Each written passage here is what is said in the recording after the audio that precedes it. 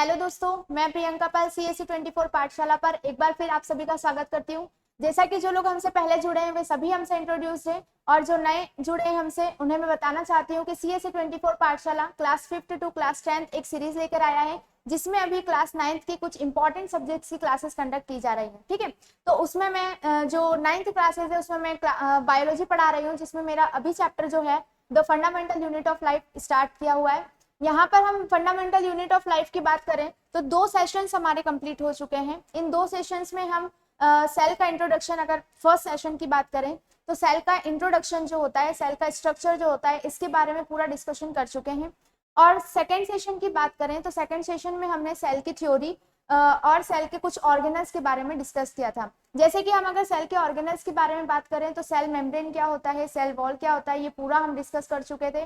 थोड़ा सा अगर मैं आपको रिकॉल करवाऊं तो सेल मेम्ब्रेन, अब सेल थ्योरी के बारे में तो आप सभी लोग जानते हैं, जैसे कि सेल को लेकर जितने भी स्टेटमेंट्स दिए गए थे डिफरेंट साइंटिस्ट के थ्रू, तो उन स्टेटमेंट्स को एक मर्ज किया गया और एक थ्योरी के रूप में तैयार किया गया।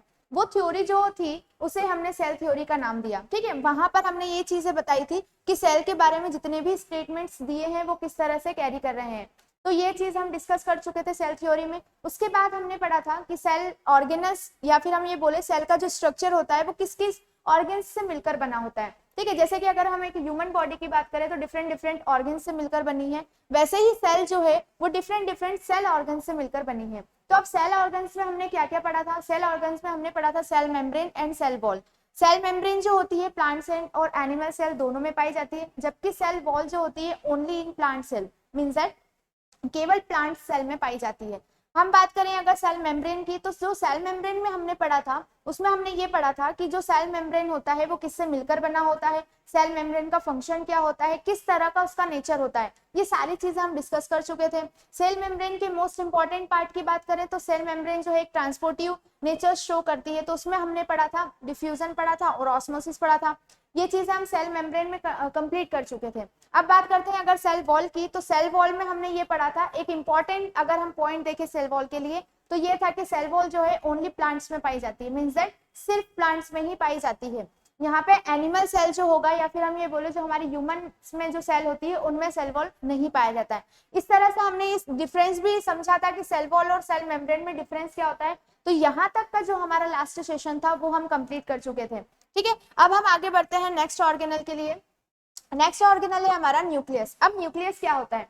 जैसे कि अगर मैं बात करूं कि ह्यूमन बॉडी जो है एक ऑर्गन सिस्टम पर के अकॉर्डिंग वर्क करती है, तो यहाँ पर हमारी जो बॉडी है पूरी तरह से कंट्रोल कौन कर रहा है, या हम ये कहें कि हमारी बॉडी को पूरी तरह से रेगुलेट कौन कर रहा है? तो जैसे कि हमारा ब्रेन जो है, हमारा ब्रेन क्या करता है, पूरी जो हमारा बॉडी ऑर्गन सिस्टम है, हमारी बॉडी जो है इसको रेगुलेट करता है और कंट्रोल करता है। ठीक है, तो वैसे ही जो सेल में एक ऑर्गन होता है जिसको हमने क्या कहा है, न्यूक्लियस, वो क्या करता है, पूरी सेल को कंट्रोल करने का काम करता है। ठीक है, हम न्यूक्लियस को क्या बोलेंगे, जो न्यूक्लियस है वो एक और जो सेल है उसको कंट्रोल करने का या हम ये कहें कि कोऑर्डिनेट करने का काम कौन करता है, सेल के सारे फंक्शंस को, तो न्यूक्लियस करता है। न्यूक्लियस के बारे में बात करें, nucleus is the membrane bounded prominent spherical structure found at the centre of the cell. अब यहाँ पे हम ये बोल सकते हैं जो सेल होती है उसके मोस्ट सेंटर पार्ट में पाया जाता है कौन, न्यूक्लियस। ठीक है, न्यूक्लियस मोस्ट सेंटर पार्ट में पाया जाता है। ठीक है, अब यहाँ पे जैसे हमने बोला it is the large organelle present in the cell. Cell का सबसे बड़ा ऑर्गेनल अगर हम बात करें, सेल का सबसे बड़ा ऑर्गेनल अगर हम बात करें तो वो कौन होगा, न्यूक्लियस होगा। ठीक है, basically nucleus is the controlling centre of all cell activity and hence it has been described as the brain of the cell. अभी जो मैंने आपको सारी बातें समझाई कि जो भी सेल के अंदर फंक्शंस होंगे, जो भी फंक्शंस उसमें वर्क कर रहे हैं, या फिर हम ये कहें कि किसी भी तरह का अगर कंट्रोलिंग जो वर्क हो रहा है सेल में, तो वो कौन कर रहा है, न्यूक्लियस कर रहा है। तो यही चीज यहाँ पर बोली गई है कि nucleus is the controlling centre of all cells activity. Cell में जितने भी तरह की एक्टिविटीज कंडक्ट हो रही है, जितने भी तरह की एक्टिविटी परफॉर्म हो रही है, वो सारी एक्टिविटी को परफॉर्म करने का या फिर कंट्रोल करने का काम कौन कर रहा है, न्यूक्लियस कर रहा है। ठीक है, nucleus was discovered by an English biologist Robert brown इन 1831। यहाँ पर मोस्ट इंपॉर्टेंट चीज एग्जाम्स में पूछी जाने वाली कि जो न्यूक्लियस की खोज है या फिर हम ये कहें न्यूक्लियस को डिस्कवर किसने किया है, किसने न्यूक्लियस की डिस्कवरी की है, तो यहाँ पर किसने की है, रॉबर्ट ब्राउन। एक बात हमेशा ध्यान रखना, सेल की जो डिस्कवरी है वो रॉबर्ट हुक ने की है, ठीक है, RH। और यहाँ पर जो न्यूक्लियस की खोज है वो रॉबर्ट ब्राउन है, RB। ओके, थोड़ा सा ध्यान रखना इस टर्मिनोलॉजी को। Nucleus is present in all the cells in the body other than the red blood cells. मतलब जो रेड ब्लड सेल्स होती है हमारी बॉडी में, न्यूक्लियस उसमें पाया जाता है, और दूसरी चीज जितने भी हमारी सेल्स होती है उसमें पाया जाता है, ठीक है। तो हम ये कहें कि न्यूक्लियस कहाँ कहाँ पाया जाता है, तो हम दो बता सकते हैं कि एक तो हमारा जो रेड ब्लड सेल होता है उसमें होता है न्यूक्लियस, दूसरा हमारी बॉडी की जितनी भी टाइप की सेल है सभी में न्यूक्लियस पाया जाता है, ठीक है। The cells in the nucleus are called eukaryotic and those without nuclear are called prokaryotic. मतलब जैसे कि हमने जो प्रीवियस सेशन में हमने पढ़ा था कि प्रोकैरियोटिक और यूकैरियोटिक्स क्या होते हैं, तो प्रोकैरियोटिक सेल ऐसी सेल जिसमें या हमने प्रोकैरियोटिक के लिए क्या वर्ड किया था, प्रिमिटिव दिया था, ठीक है। तो प्रोकैरियोटिक को हम ये बोल सकते हैं जिसमें कम फीचर्स हो या फिर जिसका न्यूक्लियस वेल डेवलप्ड ना हो, तो वो प्रोकैरियोटिक थी। वैसे ही यूकैरियोटिक के लिए हमने क्या कहा था, यूकैरियोटिक के लिए हमने कहा था कि well developed nucleus cell is called eukaryotic cell, ठीक है। तो यहाँ पे इन्होंने यही बताया कि ऐसी सेल जिसमें न्यूक्लियस जो है मतलब प्रेजेंट है न्यूक्लियस, तो उसको हम क्या बोलेंगे, यूकैरियोटिक। जबकि जिस सेल में न्यूक्लियस प्रेजेंट नहीं है या ऐसी सेल जो न्यूक्लियस के बिना है, तो उसको हम क्या बोलेंगे, प्रोकैरियोटिक सेल, ठीक है। तो न्यूक्लियस के बारे में ये चीजें हमने समझ ली। सबसे फर्स्ट इंपॉर्टेंट थिंग कि न्यूक्लियस जो है वो कंट्रोल करता है पूरी सेल के सारी एक्टिविटीज को, सारे फंक्शंस को। दूसरी चीज हमने यहाँ पर पढ़ी कि सेल की डिस्कवरी किसने की, तो सेल की डिस्कवरी रॉबर्ट ब्राउन ने की है 1831 में, ठीक है। तीसरी चीज हमने यहाँ पर पढ़ी कि जो न्यूक्लियस है वो कहाँ कहाँ पाया जाता है, तो न्यूक्लियस जो है सभी तरह की सेल्स में पाया जाता है और रेड ब्लड सेल में पाया जाता है, ठीक है। और यूकैरियोटिक और प्रोकैरियोटिक को हम समझ चुके हैं, ठीक है। तो आगे बढ़ते हैं। ये है न्यूक्लियस, ठीक है। यहाँ पर ये देखने वाली चीज है कि जो न्यूक्लियस होता है वो अलग अलग पार्ट्स में डिवाइड होता है। जैसे कि अगर हम सबसे सेंट्रल पार्ट की बात करें न्यूक्लियस के, तो ये है न्यूक्लियस, ये है न्यूक्लियोलस, ठीक है। न्यूक्लियस के सबसे सेंटर वाला पार्ट जो होगा उसको हम क्या बोलेंगे, न्यूक्लियोलस। और जो इसके अंदर ये फ्लूइड लाइक स्ट्रक्चर दिख रहा है आपको, ये बिल्कुल पिंक पिंक पर्पल टाइप का, ये जो है ये क्या कहलाएगा, न्यूक्लियोप्लाज्म, ठीक है। यहाँ पर यहाँ पर जो न्यूक्लियस होता है इसके डिफरेंट डिफरेंट पार्ट्स के नेम पूछे जाते हैं, ठीक है। जैसे कि ये कभी कभी ये पूछ लिया जाता है कि न्यूक्लियस के सबसे सेंटर वाले पार्ट को क्या कहा जाता है, या फिर मोस्ट सेंटर पार्ट क्या बोलेंगे हम उसे, तो यहाँ पे आपको ये पता होना चाहिए कि उसको क्या कहा जाता है, न्यूक्लियोलस कहा जाता है, ठीक है। तो न्यूक्लियस जो होता है वो इस तरह का दिखाई देता है, okay. Now next, functions of the nucleus. अब न्यूक्लियस के क्या क्या फंक्शन हो सकते हैं, या फिर हम ये कहें कि एग्जाम में अगर न्यूक्लियस से कुछ क्वेश्चंस बनते हैं तो वो किस तरह से पूछे जा सकते हैं। तो हम ये बोल सकते हैं कि न्यूक्लियस प्रोड्यूसेस राइबोसोम्स, न्यूक्लियस जो है वो राइबोसोम्स का प्रोडक्शन करते हैं, और राइबोसोम के प्रोडक्शन के कारण इन्हें क्या कहा जाता है, प्रोटीन फैक्ट्री। या फिर हम क्या बोल सकते हैं कि अगर किसी चीज का कहीं पर प्रोडक्शन हो रहा है तो हम उसे क्या बोलेंगे, फैक्ट्री बोलेंगे। तो यहाँ पर जो न्यूक्लियस है वो किसका प्रोडक्शन कर रहा है, न्यूक्लियस जो है वो राइबोसोम का प्रोडक्शन कर रहा है। मींस दैट अगर सेल में राइबोसोम कहीं पर प्रोड्यूस हो रहा है या फिर राइबोसोम का फॉर्मेशन हो रहा है तो वो कहाँ पर होगा, न्यूक्लियस में होगा। इसके कारण इसे क्या कहा गया है, protein factory of the cell, ठीक है। दूसरा, genes is functional unit of the chromosome. ये न्यूक्लियस में जो क्रोमोसोम्स पाए जाते हैं उनके लिए छोटा सा पॉइंट है। तो हम ये समझ सकते हैं कि क्रोमोसोम जो होता है उसकी फंक्शनल यूनिट किसको बोला गया है, जीन्स को। यहाँ पर ये पॉइंट रखने का सिर्फ एक ही मकसद है कि यहाँ पर जो न्यूक्लियस वाला पार्ट है, हम बोले कि अगर न्यूक्लियस जो ऑर्गन है उसमें है ना क्रोमोसोम्स पाए जाते हैं, तो इसलिए यहाँ पर ये बताया गया है कि क्रोमोसोम्स की जो फंक्शनल यूनिट है वो जीन्स है, ठीक है। तो यहाँ पे हमारा न्यूक्लियस कंप्लीट होता है। अब नेक्स्ट ऑर्गन की अगर बात करें तो नेक्स्ट ऑर्गन में जाने से पहले हम अभी फंक्शंस पढ़ेंगे किसके, न्यूक्लियस के। न्यूक्लियस के क्या क्या वर्क है, तो यहाँ पर अगर हम पहले फंक्शन की बात करें तो न्यूक्लियस इज क्या बोल सकते हैं, जैसे कि अभी हमने थोड़ी देर पहले बताया था कि जो कंट्रोलिंग का काम करता है, तो nucleus is the chief controlling centre of the cell. ये क्वेश्चन बहुत बार पूछा गया है कि सेल का चीफ कंट्रोलिंग किसे कहा गया है, कौन है सेल का चीफ कंट्रोलिंग। तो यहाँ पर न्यूक्लियस को क्या कहा गया है, chief controlling of the cell. मतलब सेल को पूरी तरह से कंट्रोल करने का काम, सेल में जितने भी फंक्शंस वर्क कर रहे हैं, जो भी अलग अलग ऑर्गेनल्स अपना वर्क कर रहे हैं, वो टाइम पर वर्क हो भी रहा है या नहीं, सही तरीके से हो रहा है या नहीं, वो सारी चीजों को कंट्रोल करने का काम कौन करता है, न्यूक्लियस करता है, ठीक है। Nucleus control all the activity taking place in the cell growth. Intermediatory metabolism, protein synthesis etcetera. मतलब जितने भी तरह की फंक्शंस होंगे आपके सेल के अंदर, या फिर हम ये बोले जितनी भी तरह की एक्टिविटीज होगी, जैसे कि अगर हम बात करें ग्रोथ की बात करें, इंटरमीडिएटरी मेटाबॉलिज्म की बात करें, प्रोटीन सिंथेसिस की बात करें, तो ये सारी एक्टिविटीज को कंट्रोल करने का काम किसका है? न्यूक्लियस का है। ठीक है, अगला बात करते हैं, it participate directly in the cell division to produce daughter cell by the process known as the mitosis and meiosis. ठीक है, अब यहाँ पर ये थोड़ा सा जल्दी से किसी को समझ में नहीं आएगा, क्योंकि यहाँ पे एक टॉपिक और है हमारा जो है सेल डिवीजन। तो सेल डिवीजन में जो न्यूक्लियस होता है वो डायरेक्टली अपने पार्टिसिपेशन करता है। ठीक है, अब डायरेक्टली पार्टिसिपेशन कैसे करता है? तो किसी भी सेल को, मैंने शायद कल भी बताया था कि कोई भी सेल अगर डिवीजन होता है अगर उस सेल का, तो डायरेक्टली सेल का डिवीजन नहीं हो जाएगा। यहाँ पे पहले क्या होता है? न्यूक्लियस का डिवीजन होता है, न्यूक्लियस के डिवीजन के बाद फिर वो सेल डिवाइड होती है। ठीक है, तो यहाँ पर हम ये बोल रहे हैं कि it participate directly in the cell division, मतलब किसी भी सेल को अगर डिवीजन परफॉर्म करना है या फिर उसको डिवाइड होना है तो उससे पहले उसे अपने न्यूक्लियस को डिवाइड करना पड़ेगा। जैसे कि अगर हम बात करें binary fission in amoeba, amoeba के बाइनरी फिजन सभी लोग जानते होंगे। जैसे कि अगर कोई अमीबा होता है उसका बाइनरी फिजन होता है, तो यहाँ पे क्या होता है? जो अमीबा होता है वो क्या करता है? पहले अपने जो न्यूक्लियस है उसका डिवीजन करता है, जो न्यूक्लियस है उसको डिवाइड करता है। उसके बाद क्या होता है? उस सेल के अंदर ही जो मतलब अमीबा वाला पार्ट है उसमें ही उसका न्यूक्लियस इस तरह से फॉर्म होता है, और उसके बाद फिर न्यूक्लियस दो जो अमीबा है वो दो अलग अलग फॉर्म में बंटता है। तो मतलब यहाँ पे किसी भी तरह से अगर सेल का डिवीजन हो रहा है तो स्टार्टिंग कौन कर रहा है?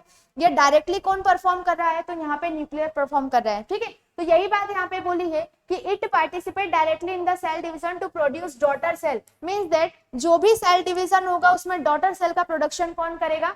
न्यूक्लियस करेगा। और ये किस किस कौन कौन सी प्रोसेस में होता है? तो एक होता है माइटोसिस एंड दूसरा होता है मियोसिस। ये सेल डिवीजन के टाइप है। ठीक है, next is it is a site for transcription process in which a messenger RNA are produced to for protein synthesis. Protein synthesis के लिए जो आरएनए का प्रोडक्शन होता है, आरएनए का प्रोडक्शन यहाँ पर हम मैसेंजर के लिए क्यों कह रहे हैं? मैसेंजर आरएनए क्या वर्क करता है? तो मैसेंजर आरएनए जो है जो भी इंफॉर्मेशन होती है वो ट्रांसपोर्ट का काम करता है, किसी इंफॉर्मेशन को ट्रांसपोर्ट करने का काम करता है। ठीक है, तो यहाँ पे एज अ मैसेंजर बोला जाता है इसे, इसीलिए इस आरएनए को मैसेंजर आरएनए कहा गया है। ठीक है, तो इसका प्रोडक्शन भी कौन कर रहा है? ये भी न्यूक्लियस ही कर रहा है। तो यहाँ पर हमने न्यूक्लियस के सारे फंक्शंस को समझा। अगर हम वापस से बात करें तो पहला फंक्शन हमने क्या देखा था? जो न्यूक्लियस होता है वो चीफ कंट्रोलिंग सेंटर होता है।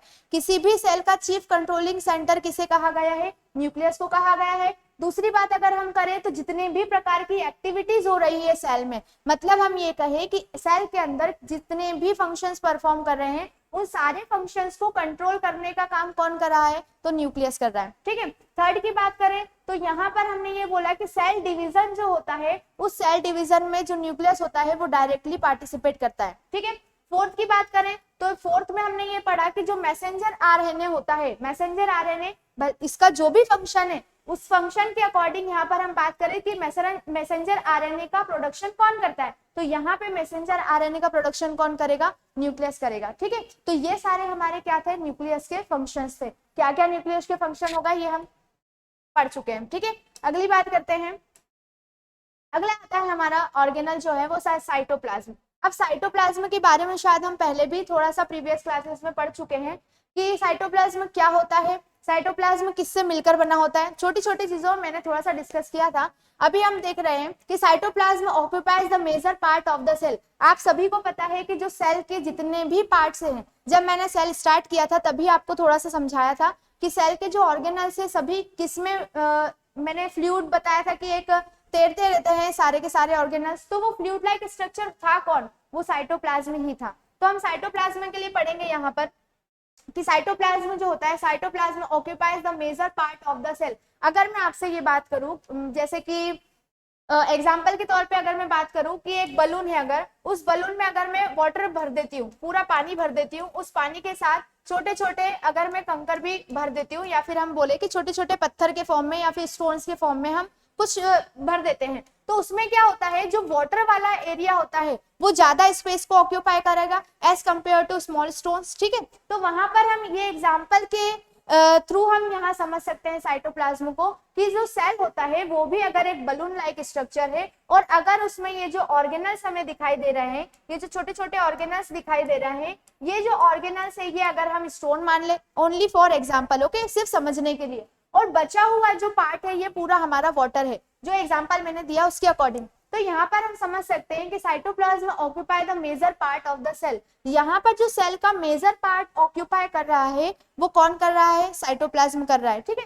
Cytoplasm it is a living components of cell, cell का लिविंग कंपोनेंट है, consisting of transparent semi fluid granular substances. अब यहाँ पर हम इसको क्या क्या प्रॉपर्टीज प्रोवाइड कर रहे हैं ये देखेंगे। पहला हमने देखा कि जो साइटोप्लाज्म होता है consisting of transport semi fluid granular, ठीक है, तो इसमें हम क्या बोल सकते हैं कि ये जो होता है ये बहुत गाढ़ा गाढ़ा पदार्थ होता है और उसमें कुछ हम ये बोल सकते हैं कि छोटे छोटे क्रिस्टल टाइप स्ट्रक्चर्स होते हैं, ठीक है, तो ये सारी चीजें इसमें प्रेजेंट होती है। अगली बात करें अगर हम, तो यहाँ पर हम बोल सकते हैं it is limited on the outside by the cell membrane, water is the main component of the cytoplasm. Cytoplasm जो होता है वो मेन कंपोनेंट होता है वाटर का, मींस दैट सबसे ज्यादा क्वांटिटी अगर किसी में वाटर की है तो वो क्या है? साइटोप्लाज्म है, ठीक है। ये सारे हम ये बोल सकते हैं कि जितने भी ऑर्गेनल्स जो अपना फंक्शंस परफॉर्म कर रहे हैं वो किसके अकॉर्डिंग कर रहे हैं या फिर किसके थ्रू कर रहे हैं? तो साइटोप्लाज्म के थ्रू ही कर रहे हैं। अगर साइटोप्लाज्म नहीं होता तो क्या सारे ऑर्गेनल्स परफॉर्म कर पाते? तो शायद नहीं, ठीक है। तो यहाँ पर हमने साइटोप्लाज्म के बारे में समझा कि साइटोप्लाज्म क्या होता है। आगे बात करते हैं एंडोप्लाज्मिक रेटिकुलम के बारे में। अब एंडोप्लाज्मिक रेटिकुलम क्या होता है? एंडोप्लाज्मिक रेटिकुलम भी एक सेल ऑर्गेनल ही है। अब इसके फंक्शंस क्या है, ये क्या वर्क करता है, ये सारी चीजें देखेंगे। तो एंडोप्लाज्मिक रेटिकुलम की बात करें अगर, endoplasmic reticulum is complex, endoplasmic reticulum is a complex network of membrane bounded structure which runs through the cytoplasm, ठीक है। अब यहाँ पर हम ये देखें कि जो साइटोप्लाज्म जितने भी जो हम अगर ये कहें कि मान लीजिए कोई फूड का प्रोडक्शन हुआ है या फिर हम ये कहें किसी टाइप का कोई सब्सटेंस हमें एक ऑर्गेनल से दूसरे ऑर्गेनल तक पहुंचाना है, तो यहाँ पर ये काम कौन कर रहा है? यहाँ पर ये काम एंडोप्लाज्मिक रेटिकुलम कर रहा है, ठीक है। ER जिसे हम क्या कहेंगे? ER is the connected to both the outer nuclear membrane as well as the cell membrane, मतलब ये न्यूक्लियस मेम्ब्रेन जो है वहां से लेकर सेल मेम्ब्रेन तक कनेक्टेड रहता है। अब पूरे सेल ऑर्गेनल में अगर मुझे कुछ भेजना है तो कहीं ना कहीं तो कुछ रास्ता होना चाहिए ना, तो हम ये कह सकते हैं कि न्यूक्लियस से लेके सेल मेम्ब्रेन तक का जो हमें रास्ता प्रोवाइड करता है किसी भी सब्सटेंस को भेजने के लिए, जो रास्ता प्रोवाइड करेगा वो कौन होगा? ER होगा, ठीक है। तो ये इस तरह का इसका फिगर होता है एंडोप्लाज्मिक रेटिकुलम। ये देखिए ये जो है यहाँ से कनेक्टेड है, ये न्यूक्लियस मेम्ब्रेन से, ये एक न्यूक्लियस है, इसकी मेम्ब्रेन से ये कनेक्टेड है और ये यहाँ तक पूरा ये सेल मेम्ब्रेन से कनेक्टेड होता है, मतलब सेंटर पार्ट से आउटर मोस्ट पार्ट तक ये कनेक्टेड रहता है, ठीक है। अब बात करते हैं ER के फंक्शंस क्या होते हैं या फिर हम ये कहें कि ER के टाइप क्या होते हैं।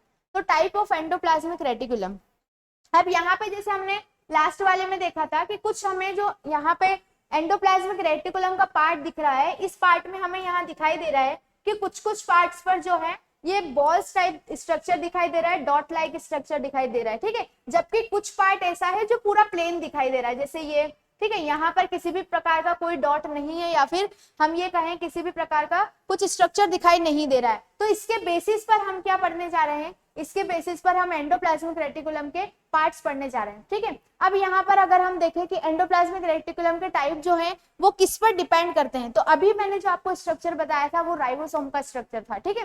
तो यहाँ पर हम पढ़ेंगे कि डिपेंडिंग ऑन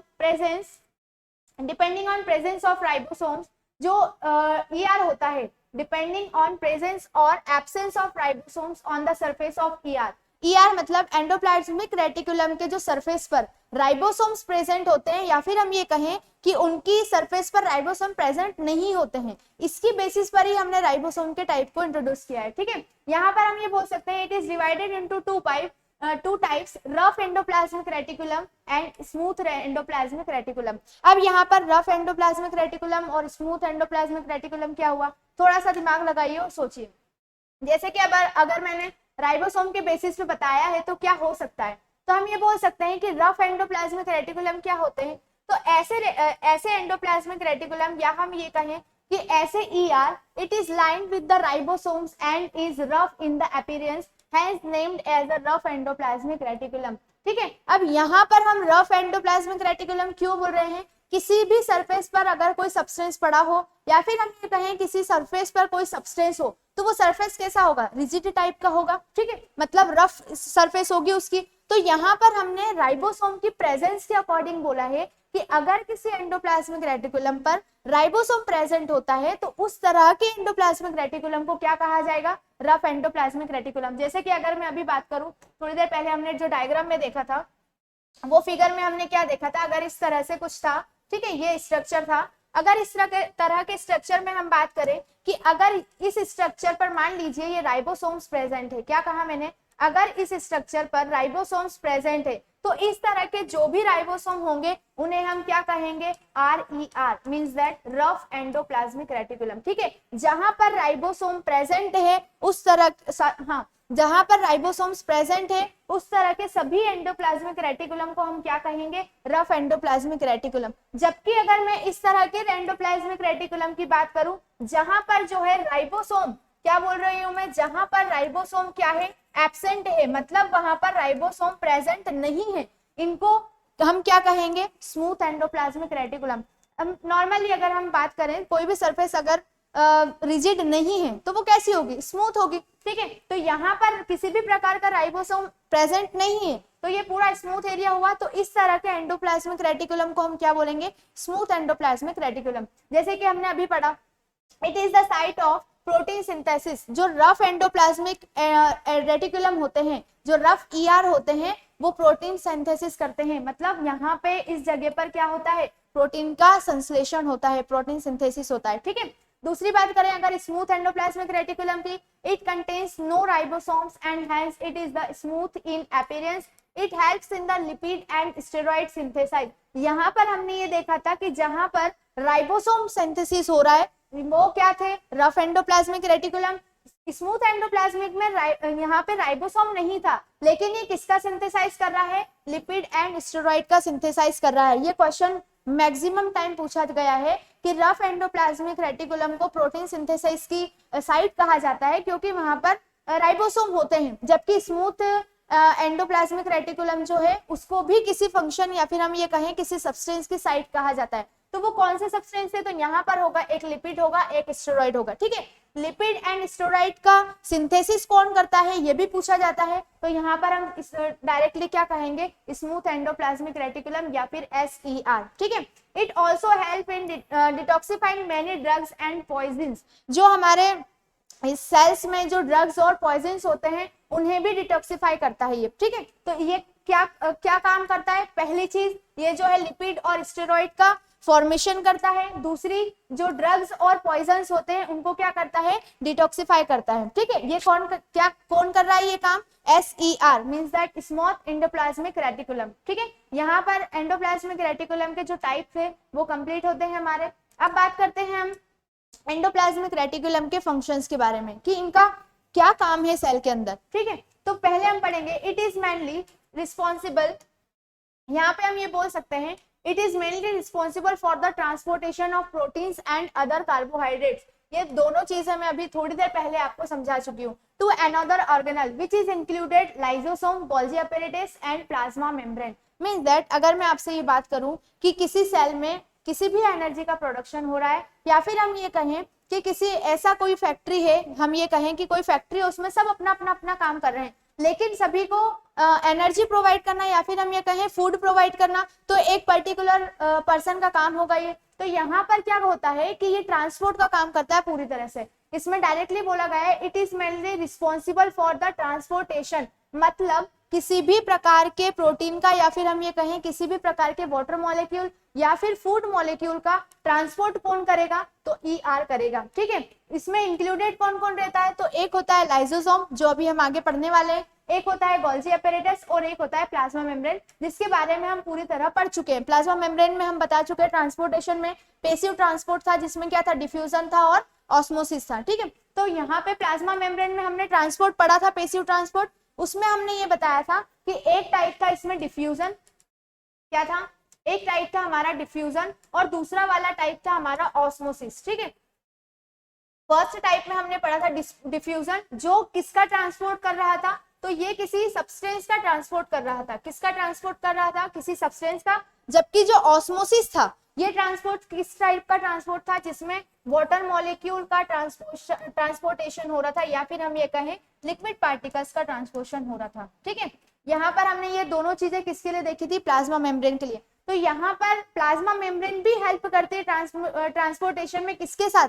ईआर के साथ। तो यहाँ पर ये थोड़ा सा आपको ध्यान रखना है, ये चीजें मोस्ट इंपॉर्टेंट है। जो भी लोग नए जुड़े हैं, इन चीजों को पढ़ने के लिए प्रीवियस क्लासेस को जरूर देखें। ठीक है, आगे बढ़ते हैं। अब बात आती है माइटोकॉन्ड्रिया। अब माइटोकॉन्ड्रिया क्या होता है? Most important organelle of the cell. ठीक है, यहाँ पर हम ये बोल सकते हैं कि माइटोकॉन्ड्रिया, अब जैसे अगर मैं आपके ह्यूमन बॉडी की अगर बात करती हूँ, तो ह्यूमन बॉडी में एनर्जी का प्रोडक्शन कौन करेगा? सभी लोग जानते हैं। वैसे ही हम अगर सेल की बात करें, तो सेल के अंदर एनर्जी का प्रोडक्शन कौन ऑर्गन करेगा? ठीक है, तो ये होता है माइटोकॉन्ड्रिया, जो कि एनर्जी, जो सेल होती है उसके अंदर एनर्जी का प्रोडक्शन करता है। ठीक है, तो माइटोकॉन्ड्रिया के लिए अगर हम पढ़े कि माइटोकॉन्ड्रिया होता क्या है, तो यहाँ पर mitochondria are rod shaped cell organelle surrounded by and double membrane. अब यहाँ पर अगर मैं आपसे बात करूं कि ये किस तरह का होता है या कैसे दिखाई देता है, तो हम ये बोल सकते हैं कि अगर जो माइटोकॉन्ड्रिया होता है वो डबल मेम्ब्रेन होता है, और हम ये भी कह सकते हैं कि इसके अंदर जो फोल्डेड स्ट्रक्चर होते हैं। ठीक है, एक होता है फोल्डेड लाइक स्ट्रक्चर और एक होता है फ्लूइड लाइक स्ट्रक्चर, मतलब कुछ फ्लूइड जैसा भी इसमें प्रेजेंट होता है और फोल्डेड स्ट्रक्चर भी इसमें प्रेजेंट होता है। ठीक है, तो ये होता है माइटोकॉन्ड्रिया। ये स्ट्रक्चर अगर हम बात करें इसकी, तो यहाँ पर ये होगा हमारा आउटर, मतलब आउटर लेयर, और ये हमारा होगा इनर लेयर। ठीक है, तो यहाँ पर हम ये बोल सकते हैं कि जो माइटोकॉन्ड्रिया होता है वो डबल लेयर स्ट्रक्चर होता है। यहाँ पर हमने बोला माइटोकॉन्ड्रिया रॉड शेप्ड, ये जो होता है ये रॉड लाइक स्ट्रक्चर होता है। Cell organelle surrounded by double membrane, एक मेम्ब्रेन होती है जो इनर होती है, एक होती है जो आउटर होती है। ठीक है, यहाँ पे बोला है the outer membrane is smooth and porous while the inner membrane is folded into large number of finger like structure. सभी लोग अभी देख रहे हैं कि ये जो बाहर वाली लेयर जो होती है, यहाँ पर हम ये जो बाहर वाली लेयर देख रहे हैं, ये वाली लेयर जो हम देख रहे हैं, ये लेयर बिल्कुल स्मूथ होती है और यहाँ पर छोटे छोटे छिद्र होते हैं इसमें। ठीक है, छोटे छोटे पोरस स्ट्रक्चर्स होते हैं। जबकि अगर हम इनर वाली की बात करें, तो ये फिंगर लाइक स्ट्रक्चर, सभी को फोल्डेड स्ट्रक्चर दिखाई दे रहा है, ये फिंगर लाइक स्ट्रक्चर होते हैं, जिसको क्या बोलते हैं हम? Inner layer of mitochondria. ठीक है, अब यहाँ पे एक क्वेश्चन आता है, अगर बात करें कि in folder like structure, fold जो स्ट्रक्चर है, जो फिंगर लाइक स्ट्रक्चर है, इनको क्या कहा जाता है? तो यहाँ पे हमने अभी बताया कि जो folded into large number of finger like structure called cristae, मतलब ये जो फोल्डेड आपको स्ट्रक्चर दिखाई दे रहा है, यहाँ से ये जो रेड वाला फंक्शन मैंने अभी बताया है, इसे जो फोल्डेड वाला है उसको क्या कहा गया है? यहाँ पर क्रिस्टाई बोला गया है। ठीक है, मतलब जो माइटोकॉन्ड्रिया में फोल्डेड स्ट्रक्चर होता है उसे क्या कहा जाता है? क्रिस्टाई कहा जाता है। ठीक है, माइटोकॉन्ड्रिया कंटेन एंजाइम्स, माइटोकॉन्ड्रिया जो है एंजाइम्स को कंटेन करता है, necessary for the total oxidation of food and for the release of the large amount of energy in the form of ATP molecules। मतलब हम ये बोल सकते हैं कि जो माइटोकॉन्ड्रिया होता है, जो भी लाइन अभी हमने पढ़ी उसमें ये बताया कि जो माइटोकॉन्ड्रिया होता है वो एंजाइम्स कंटेन करता है, मतलब माइटोकॉन्ड्रिया के पास एंजाइम्स होते हैं। अब वो एंजाइम्स क्या करते हैं? पूरी तरह से फूड को क्या करते हैं? ऑक्सीडेशन करते हैं। फूड का क्या करते हैं? ऑक्सीडेशन करते हैं। अब अगर मैं आपसे बात कहूं कि ऑक्सीडेशन अगर न हो तो क्या हमें एनर्जी प्रोवाइड होगी? नहीं। ठीक है, तो यहाँ पे हमने अभी क्या कहा कि necessary for the total oxidation of food, मतलब टोटली फूड के ऑक्सीडेशन के लिए क्या सबसे ज्यादा इंपॉर्टेंट है? तो यहाँ पर हम ये बोल सकते हैं, यहाँ पे जो एंजाइम्स है ये इंपॉर्टेंट है। ठीक है, for the release of the large amount of energy in the form of ATP, जो भी एनर्जी हमारे पास प्रोड्यूस होगी, या फिर हम ये कहें एनर्जी का जो फॉर्मेशन होगा माइटोकॉन्ड्रिया के थ्रू, तो वो किस फॉर्म में होगा? तो वो यहाँ पर एटीपी के फॉर्म में होगा। एटीपी क्या होता है? तो एडिनोसिन ट्राइफॉस्फेट एटीपी होता है, जो कि हमारे पास एनर्जी का फॉर्म होता है। ठीक है, the energy stored in this ATP is used for synthesise the new products and the other metabolic processes. Hence, mitochondria are commonly known as the powerhouse of the cell. Most important point, powerhouse of the cell किसे कहा जाता है? Powerhouse of the cell mitochondria को कहा जाता है। क्यों कहा जाता है? क्योंकि सबसे ज्यादा एनर्जी का प्रोडक्शन कौन करता है सेल के अंदर? माइटोकॉन्ड्रिया करता है। ठीक है, सबसे ज्यादा एनर्जी का प्रोडक्शन होने के कारण सबसे ज्यादा एनर्जी का अगर हम ये कहें कि फॉर्मेशन किस में होता है तो माइटोकॉन्ड्रिया में होता है, इसीलिए इसे क्या कहा गया है? Power house of the cell. ठीक है, ये चीज हमें समझ में आती है, ये माइटोकॉन्ड्रिया का स्ट्रक्चर होता है। आगे बढ़ते हैं, ये स्ट्रक्चर माइटोकॉन्ड्रिया का, जैसे कि अभी मैंने बताया, ये जो फोल्डेड स्ट्रक्चर होता है इसे क्या कहते हैं? क्रिस्टाई कहते हैं। ठीक है, फोल्डेड स्ट्रक्चर को क्या कहा जाता है? क्रिस्टाई कहा जाता है। और ये जो आउटर मोस्ट लेयर है, यहाँ पर बात करें, ये इनर मेम्ब्रेन और ये वाली, और ये है जो आउटर मेम्ब्रेन, अभी मैंने थोड़ी देर पहले आपको बताया था। यहाँ पर जो एटीपी सिंथेसाइज होती है वो इस तरह के फॉर्म में होती है। ठीक है, यहाँ पर राइबोसोम्स प्रेजेंट होता है, ग्रेन्यूल्स प्रेजेंट होते हैं, और जो मैंने फ्लूइड स्ट्रक्चर जो बनाया था लास्ट में, तो उसमें ये जो है फ्लूइड लाइक स्ट्रक्चर आपको दिख रहा है, इसे क्या कहा जाता है? इसे मैट्रिक्स कहा जाता है। ठीक है, जैसे कि हमने ये फोल्डेड स्ट्रक्चर को क्या कहा था? क्रिस्टाई कहा था, वैसे ही ये जो अंदर फ्लूइड लाइक स्ट्रक्चर दिखाई दे रहा है, जो फ्लूइड दिख रहा है, उसे क्या कहेंगे हम? मैट्रिक्स कहेंगे। ठीक है, तो ये हमारे ऑब्जेक्टिव क्वेश्चंस में इस तरह के क्वेश्चन बन जाते हैं कि माइटोकॉन्ड्रिया में जो फ्लूइड लाइक स्ट्रक्चर होता है उसे क्या कहा जाता है? तो मैट्रिक्स कहा जाता है। और जो फोल्डेड स्ट्रक्चर होता है, फिंगर लाइक स्ट्रक्चर होता है, उसे क्या कहा जाता है? तो क्रिस्टाई कहा जाता है। ठीक है, तो माइटोकॉन्ड्रिया को लेकर हमारी ये चीजें क्लियर होती है। आगे बढ़ते हैं। अब हमने अभी थोड़ी देर पहले पढ़ा था कि जो एनर्जी प्रोडक्शन हो रहा था या एनर्जी का फॉर्मेशन हो रहा था, तो वो किस फॉर्म में हो रहा था? एटीपी के फॉर्म में हो रहा था। तो यहाँ पर एटीपी के बारे में थोड़ा सा पढ़ते हैं कि एटीपी क्या होता है। तो एटीपी जो होता है वो एडिनोसिन ट्राइफॉस्फेट होता है। एडिनोसिन ट्राइफॉस्फेट क्या है? तो ये एक एनर्जी का फॉर्म है। ठीक है, ATP is known as the energy currency of the cell. Most important question, यहाँ से भी ये क्वेश्चन ऑब्जेक्टिव के बेसिस पे बनता है कि जो एनर्जी करेंसी किसे कहा गया है? सेल की। सेल की एनर्जी करेंसी जो है वो एटीपी को कहा गया है। किसे कहा गया है? एटीपी को कहा गया है। मतलब हम ये कहें कि सबसे ज्यादा एनर्जी अगर कोई प्रोड्यूस करता है तो वो माइटोकॉन्ड्रिया है, जबकि अगर हम ये कहें कि एनर्जी करेंसी किसे कहा गया है, तो एनर्जी करेंसी जो है वो एटीपी को कहा गया है। ठीक है, It is a common cellular fuel that derives many energy requiring process of the cell. मतलब हम ये बोल सकते हैं कि सेल को जितने भी प्रकार की एक्टिविटीज परफॉर्म करनी होती है, या फिर हम ये बोलें कि जो भी फंक्शंस उसमें वर्क करते हैं, तो उसके लिए एनर्जी की रिक्वायरमेंट होती है। तो वो एनर्जी कहाँ से मिलती है? तो एटीपी के फॉर्म में हमें मिलती है। ठीक है, तो यहाँ पे हमारा एटीपी वाला कॉन्सेप्ट भी क्लियर होता है। आगे बढ़ते हैं। अब प्लास्टिड के बारे में अगर पढ़ें तो प्लास्टिड क्या होता है? यहाँ पर ये चीज जो है मोस्टली बच्चों ने पढ़ी होगी, मोस्टली बच्चों ने नहीं भी पढ़ी होगी, क्योंकि इसका डिटेल बहुत कम टीचर्स जो है समझाते हैं। प्लास्टिड के बारे में सिर्फ ये बता दिया जाता है कि जो प्लास्टिड होता है वो प्लांट सेल में पाया जाता है और प्लांट्स को कलर प्रोवाइड करता है, बस ये बताकर खत्म करते हैं। लेकिन हम थोड़ा सा डिटेल करेंगे इसको। तो यहाँ पर अगर हम प्लास्टिड की बात करें तो plastid are double bounded membrane organelle which are found in the cells of plant cell and algae. जो एल्गी होती है उसमें और प्लांट सेल्स में पाया जाता है। ठीक है, तो प्लास्टिड जो होता है वो भी एक ऑर्गेनल के फॉर्म ही है। ठीक है, plastid are responsible for the manufacturing and storing the food like mitochondria. Plastids have their own DNA ribosomes. ठीक है, माइटोकॉन्ड्रिया को लेकर अगर बात करें हम, तो माइटोकॉन्ड्रिया क्या था? अभी हमने लास्ट वाला जो हमने पढ़ा अभी, उसमें पूरा माइटोकॉन्ड्रिया के बारे में पढ़ा था। अभी हमने यहाँ पे क्या पढ़ा है कि plastid are responsible for manufacturing and storing the food. Plastid क्या करता है? जो भी फूड का मैन्युफैक्चर हो रहा है या फिर जो भी हम फूड कंटेन कर रहे हैं माइटोकॉन्ड्रिया से, उसका क्या करता है? ये स्टोर करता है। ठीक है, दूसरी बात अगर हम करें कि जो प्लास्टिड होता है इसका सेल्फ डीएनए होता है, इसका खुद का डीएनए होता है। जैसे माइटोकॉन्ड्रिया के पास अपना डीएनए होता है, वैसे ही प्लास्टिड के पास भी होता है।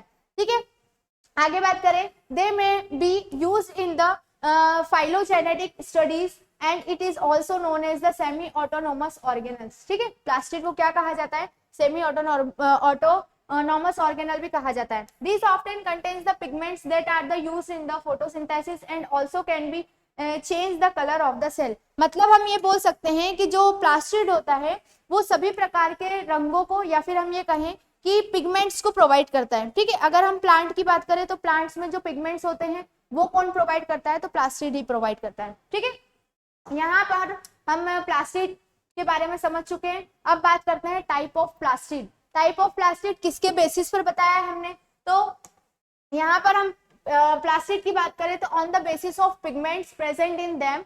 जो प्लास्टिड में पिगमेंट्स पाए जाते हैं मींस दैट अगर हम बात करें कलर्स की, तो कलर्स के बेसिस पे हमने प्लास्टिड्स को डिफरेंट डिफरेंट टाइप में डिवाइड किया है, ठीक है। तो यहाँ पर अगर हम पहले टाइप की बात करें, अगर ल्यूकोप्लास्ट, ल्यूकोप्लास्ट क्या होता है, तो ल्यूकोप्लास्ट आर द कलरलेस। यहाँ पर हम ये बोल सकते हैं ल्यूकोप्लास्ट जो है वो कलरलेस है, ठीक है।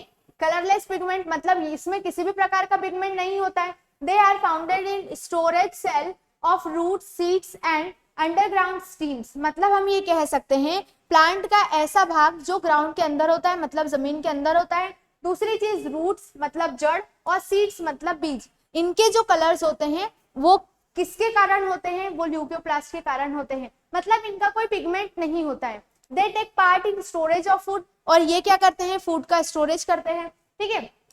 Leucoplast are 3 type depending on the storage production, मतलब ल्यूकोप्लास्ट भी 3 टाइप के होते हैं, किसके बेसिस पर, स्टोरेज के बेसिस पर। किसका स्टोरेज, फूड का स्टोरेज, ठीक है। अमाइलोप्लास्ट स्टोर्स स्टार्च, मतलब अमाइलोप्लास्ट जो होता है वो स्टार्च का स्टोरेज करता है, ठीक है।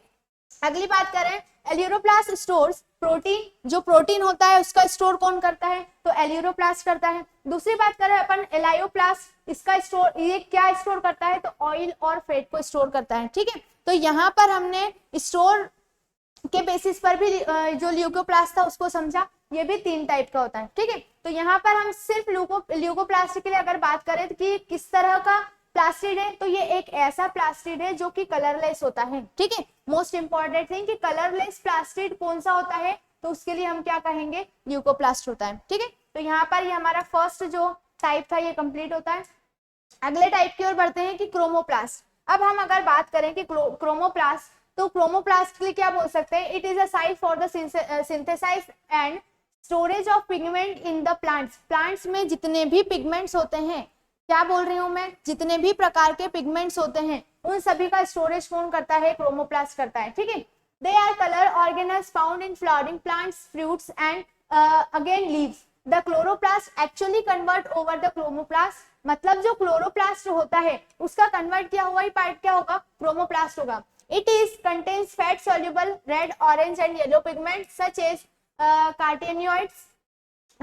Carotenoids pigments in chromoplast allows for the different colors in the fruits and the fallen leaves. The green color chromoplasts are called chloroplasts. हम सिर्फ यहाँ पर ये चीजें समझनी है कि यहाँ पर हम ये बोल सकते हैं कि कलर मतलब पौधे में जितने भी प्रकार के कलर हम देख सकते हैं वो किसके कारण होता है, तो वो क्रोमोप्लास्ट के कारण होता है, ठीक है। यहाँ पर हम अगली बात करें कि क्लोरोप्लास्ट क्या होता है, तो क्लोरोप्लास्ट हमने शायद, अगर मैं सोचूं कि किसी को नहीं पता होगा, मैक्सिमम लोगों को ये चीज पता होती है कि क्लोरोप्लास्ट क्या होता है। तो chloroplast are the green colour plastid, mostly leaves में पाया जाता है जो क्लोरोफिल, वहीं से ये found in the cell of the mesophyll in the plants leave. The green colour is due to the presence of chlorophyll pigment, मतलब chloro जो यहाँ पर हमने क्लोरोप्लास्ट अभी पढ़ा है उसमें जो ग्रीन कलर प्रोवाइड करता है, इसका काम क्या होता है, सिर्फ ये क्या कौन सा कलर प्रोवाइड करेगा, तो हम ये बोल सकते हैं यहाँ पर ये मैक्सिमम जो है ग्रीन कलर प्रोवाइड करेगा, ठीक है। जबकि जो क्रोमोप्लास्ट होता है, क्रोमोप्लास्ट कितने टाइप के कलर प्रोवाइड करता है, डिफरेंट टाइप के कलर प्रोवाइड करता है। जरूरी नहीं है कि यहाँ पे ग्रीन कलर नहीं हो भी सकते हैं ग्रीन कलर, लेकिन सिर्फ ग्रीन कलर को प्रोवाइड करने वाला कौन है, तो वो है क्लोरोप्लास्ट, ठीक है। तो यहाँ पर हम ये बोलेंगे the green colour is due to the presence of the chlorophyll pigment. यहाँ पर जो ग्रीन कलर होता है वो किस पिगमेंट के कारण होता है, तो उसके लिए हम क्या बोलेंगे, क्लोरोफिल पिगमेंट के कारण होता है। क्लोरोप्लास्ट में जो ग्रीन कलर का पिगमेंट होता है वो किस पिगमेंट के कारण होता है, तो यहाँ पर हम क्या बोलेंगे, क्लोरोफिल पिगमेंट, ठीक है। Chlorophyll traps the solar energy which is used for the manufacturing food. They are the site of photosynthesis, so chloroplast are the known as the kitchen of the cell. Most important thing यहाँ पे जो मैं terminology बताते जा रही हूँ सभी एक एक ऑर्गेनल के लिए, तो वो थोड़ा सा ध्यान रखना है। जैसे कि अभी मैंने आपको बताया कि जो फूड स्टोरेज होता है प्लांट्स में फोटोसिंथेसिस प्रोसेस के थ्रू ही होता है, तो फोटोसिंथेसिस की प्रोसेस जो होती है उसमें एज अ कैटलिस्ट कौन यूज होता है, क्लोरोफिल यूज होता है, ठीक है। तो यहाँ पर हमने ये देखा कि जो भी प्लांट्स में एनर्जी का प्रोडक्शन हो रहा है वो किसके थ्रू हो रहा है, क्लोरोफिल के थ्रू हो रहा है, ठीक है। तो यहाँ पर इसीलिए हमने क्या बोला है, chloroplast are the known as the kitchen of the cell. Most important thing, किसी भी सेल का किचन किसे कहा गया है, किसी भी सेल का किचन किसे कहा गया है, मतलब कि किसी सेल में अगर कहीं पर फूड का प्रोडक्शन हो रहा है तो वो कहाँ होगा, किचन में, ठीक है, सेल के किचन में। तो सेल के किचन में प्रोडक्शन हो रहा है का मतलब क्या है, किसके कारण हो रहा है, क्लोरोफिल, और कहाँ हो रहा है, क्लोरोप्लास्ट में, मतलब क्लोरोप्लास्ट को क्या कहा गया है, किचन ऑफ द सेल, ठीक है। तो यहाँ तक हमारे ये ऑर्गेनल कंप्लीट होते हैं। अब आगे बात करें, ये इस तरह से होता है। क्लोरोप्लास्ट क्या होता है, ग्रीन कलर का पिगमेंट प्रोवाइड करता है। देखिए ये ग्रीन कलर का पिगमेंट कौन प्रोवाइड कर रहा है, क्लोरोप्लास्ट, मतलब it contains the chlorophyll green pigment that absorb sunlight in photosynthesis. अभी मैंने बोला कि फोटोसिंथेसिस में जो एज अ कैटलिस्ट यूज होता है वो क्लोरोफिल होता है। तो क्लोरोफिल क्या करता है, फोटोसिंथेसिस में क्या करता है, फोटोसिंथेसिस में सनलाइट को एब्जॉर्ब करता है, ठीक है। अगली बात करते हैं क्रोमोप्लास्ट की, कि क्रोमोप्लास्ट क्या करता है, तो इट कंटेन्स कैरोटिनॉइड्स, मतलब red, orange and yellow pigments. Red, orange, yellow pigments या इसके अलावा जितने भी टाइप के कलर जो हमें इनके मिक्सअप से बनेंगे तो वो कहाँ होता है, क्रोमोप्लास्ट, ठीक है। अब दूसरी बात करते हैं ल्यूकोप्लास्ट की। तो ल्यूकोप्लास्ट क्या बताया था मैंने अभी कि इसमें किसी भी प्रकार का पिगमेंट नहीं होता है, मतलब यहाँ पर हम क्या बोलेंगे, कंटेन्स नो पिगमेंट, किसी भी प्रकार का कोई पिगमेंट यहाँ पर नहीं पाया जाएगा। यूज्ड टू स्टोर स्टार्च, मतलब ये स्टार्च को क्या करता है, स्टोर करके रखता है, ठीक है। तो यहाँ पर हमारा प्लास्टिड ऑर्गन जो है वो कंप्लीट होता है। अब बात करते हैं आगे के ऑर्गेनल्स के लिए, तो वो हम नेक्स्ट सेक्शन में कंडक्ट करेंगे। न्यू स्टूडेंट्स के लिए एक बार फिर से रिक्वेस्ट है कि प्लीज वो लास्ट प्रीवियस वाले जो हमारे सेशन से वो पढ़े, उन्हें देखें और फिर समझे, ठीक है, जिससे आने वाली क्लासेस जो आपकी रहेंगी वो आप अच्छे से समझ पाएंगे, ठीक है। मिलते हैं नेक्स्ट क्लास में, थैंक यू।